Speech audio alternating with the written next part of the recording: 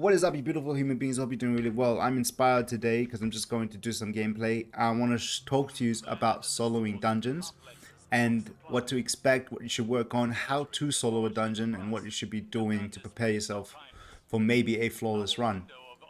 When we make the decision to solo a dungeon, we tend to want to finish it quickly.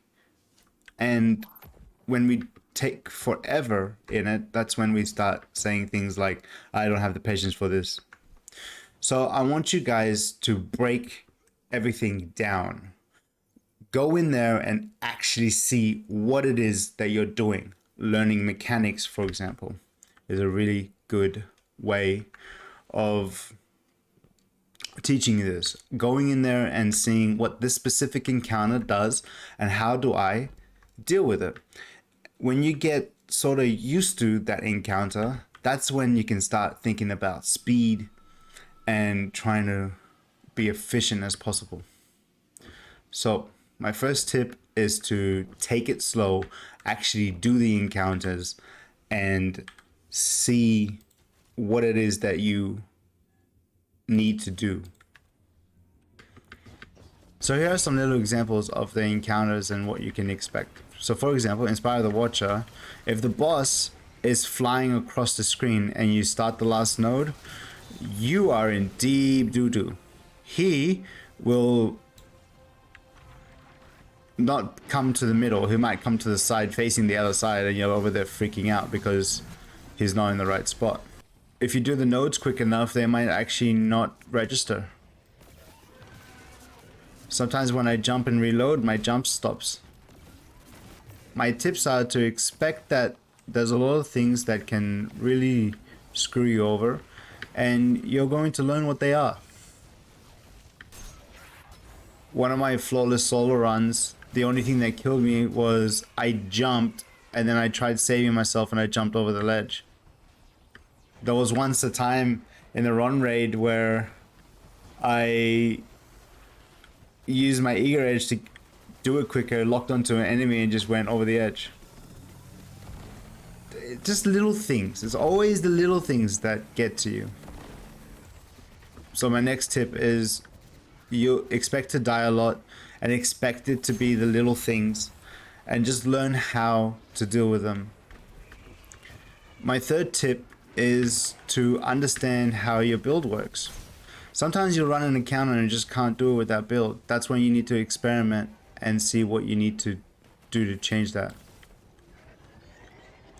For example, this build that I have on right now is actually really good for most content in the game. And it's because I can go invisible.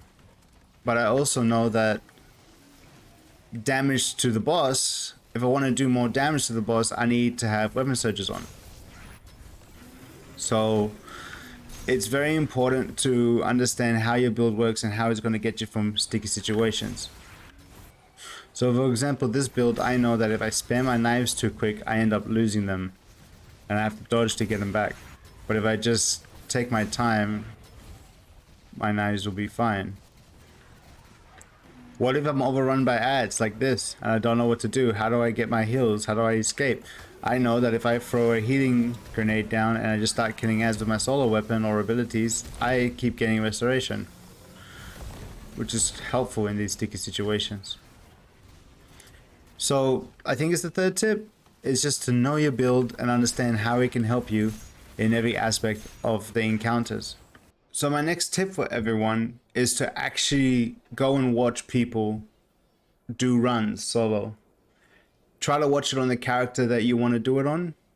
Try to get any advice they have and see what they're doing for boss damage. Profane here, for example, loves to use the Leviathan's Breath. I personally love to use Sleeper Stimulant. I've learned that through my damage testing and my build. If I have Sleeper on and on my surges, I could do 102,000 damage to the boss. If I had Celestial Nighthawk with Golden Gun, I can add an extra 200. So one run, I might be able to do 800 to 1.2 mil of damage, and that's pretty cool. So just gather that information and experiment, okay? My next tip is to just practice what you're bad at.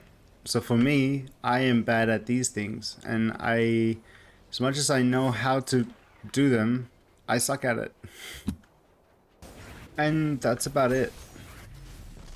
Understand that the only difference between a flawless solo is confidence in your survivability. So when you put all these tips together and you are now confident and you've practiced so much and you understand that you can survive an encounter, that's when you should be like, okay, I know that I can not die in this encounter, and I know I have the tools to help me. So let's solo flawless it. And then you go and you do that, and hopefully you get it. Understand that boss fights take longer because there's no one else doing the damage. You have to kill that whole health bar, and you have to do it by yourself, so it's going to take a while. And understand that fatigue can really get to you, especially when you're sitting on your chair focusing for so long. Take your time, and good luck if you ever decide to solo. I hope this video helped. Peace and love. God bless.